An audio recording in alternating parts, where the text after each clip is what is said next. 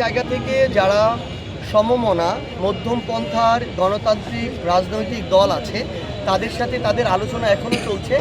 মাঝখানে আমরা আমাদের জোট ঘোষণার একটি সময় নির্ধারণ করা হয়েছিল, কিন্তু আমরা মনে করছি আমাদের এই জোটের যে রূপরেখা এবং যে বিস্তৃতি এটা আরও বড় হওয়া প্রয়োজন, এবং আমরা আশা করছি খুব শীঘ্রই আরও বড় আকারে আমাদের এই যে জোট সেটি প্রকাশিত হবে।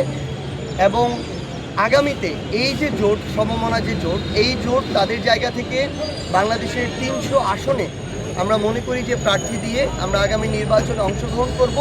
এবং ফাইনালি আপনি যেটি বললেন যে বিএনপি বা জামায়াতের সাথে অ্যালায়েন্সের কোনো সম্ভাবনা আছে কি না, আমরা আমাদের জায়গা থেকে কোনো সম্ভাবনাকেই এখন উড়িয়ে দিব না। আমরা বাংলাদেশের স্বার্থে, জনগণের স্বার্থে এই অ্যালায়েন্স কেন্দ্রিক আলোচনাও পাশাপাশি চলবে।